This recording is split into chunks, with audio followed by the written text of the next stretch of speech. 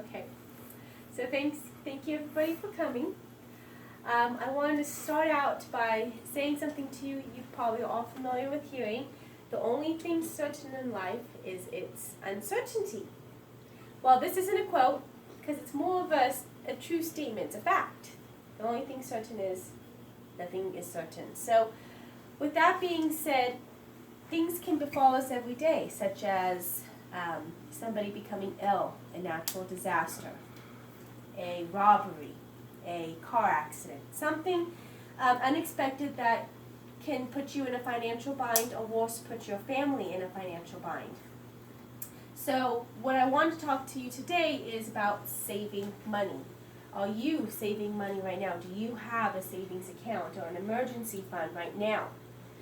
MoneyGram did a statistic and found that 61% of all Americans have less than $1,000 in their savings, and 21% of all Americans don't even have a savings account. Which, if you think about the majority of us who live paycheck to paycheck, it makes sense. We're not going to have a lot in savings.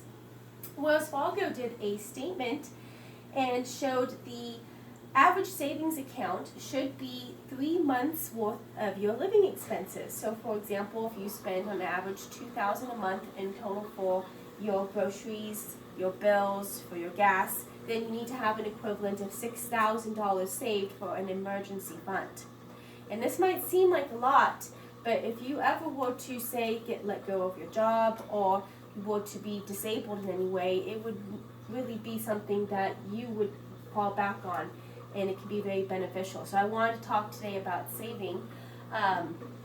First off, I wanted to mention that there are many different types of ways you can save. You can, of course, do something simple like just having your bank automatically transfer money from your checkings into your savings, and they do this usually free of charge. There's also things called CDs, and CDs is a agreed upon amount of time that you will have money in a special savings account, and the longer that it's in there, the higher the interest rate they will give you in payment for it. So what it is the bank is saying, if you will allow us to use your money for a given amount of time, we will give you interest on this of this much. And so obviously the longer period of time, the higher interest you get, which is a really great thing to have if you think about it. If you're saving for a retirement fund or even for a vacation somewhere, it can really be really nice to look back at the end of the year and say, oh hey, look how much I got just from putting my money in the bank. Other than that, there are other things that people do to save. They put, obviously, change every single day. They just put it necessarily in a jar. It's funny, if anybody's ever been to Coinstar, simply just pouring that into the Coinstar machine, you can walk away with quite a bit of money. And it's also a nifty thing that if, instead of just getting cash out, get a gift card of some sort, and it could be a gift card to a grocery store or even to a regular store like Walmart or Target, you don't have to pay the fee for using the Coinstar machine. And so that's also a nifty way of saving money. You know, natural disasters and things like that befall us all. The Daily Web posted a story written by Molly Trifton about a woman named Valerie. And she was on vacation out of the country when her father became severely ill. So she had to hop on the next available plane, which there wasn't a refund for her plane ticket. She also then had to find a hotel to stay at. She missed work. She had to eat out because she wasn't obviously at her home. And that in itself, she said, was very stressful, but if she did not have that savings account, she said that she would not have been able to be there with her father during his last final days. So it was really beneficial to her to have that savings account. Also, and this is just a personal experience of mine, I was listening to the radio on the way home to work, and I heard this really awesome story of a small family, had 2 children at the time, very young, who actually managed to pay off their house before the children became old enough. And their reason behind that was they figured they might as well, save as much as they could then while the children were young and were able to do things, that didn't need to be elaborate, so that they could pay off this house so that when the children were old enough to do more things, they wouldn't have the burden of a house bill on them. And so that was really beneficial for them. And it went to show that even a small family that has the responsibilities of children, obviously they had their bills, they still had daily things they had to pay for, they made a plan.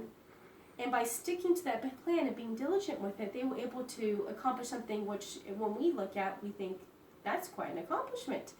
And, you know, something as simple as putting $5 in your savings account can really snowball into something. And I've actually read that it can become addicting, seeing those numbers go up in your account. Every time you come on, oh, got a little more. And it's something that can also make you feel more comfortable and confident. You don't have to worry so much about, you know, the uncertainty of life. Some say it gives you better rest, better peace of mind.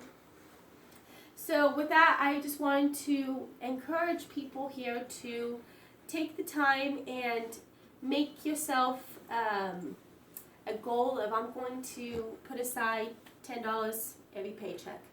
And if you can accomplish that, I'm going to set aside $20 every paycheck, and so on and so forth. I want you to at least leave here and think to yourself, it is possible to save, even if you're not saving for paying off a house or 3 months worth of an emergency fund. You can set goals. It is helpful to set goals to save. The Value Penguin does suggest that you set yourself a goal such as, I want to pay off my car within 2 years, or something as simple as, I want to have $1,000 saved within 6 months. And that can give you at least markers so that you know when you are getting close to a goal. It can help, you know, push you to complete it. I know for me personally, I would like to pay off my car bill, and so I always pay more into my my car bill every month. But what I can also do is, when I have extra money, I can put that into my savings account while still paying off my car bill. And then when I eventually do get to the point where I, let's say, have only $2,000 left on my car bill, hey, look, I have $2,000 left in my savings, I can just cover that on top of there, and I will have the car paid off. And that would allow me more wiggle room to pay for other things in my life. So I hope that you guys can walk away and think to yourself, there's a couple things that I can do here now to start saving. And if anybody in the audience has any questions, I'd like to hear them.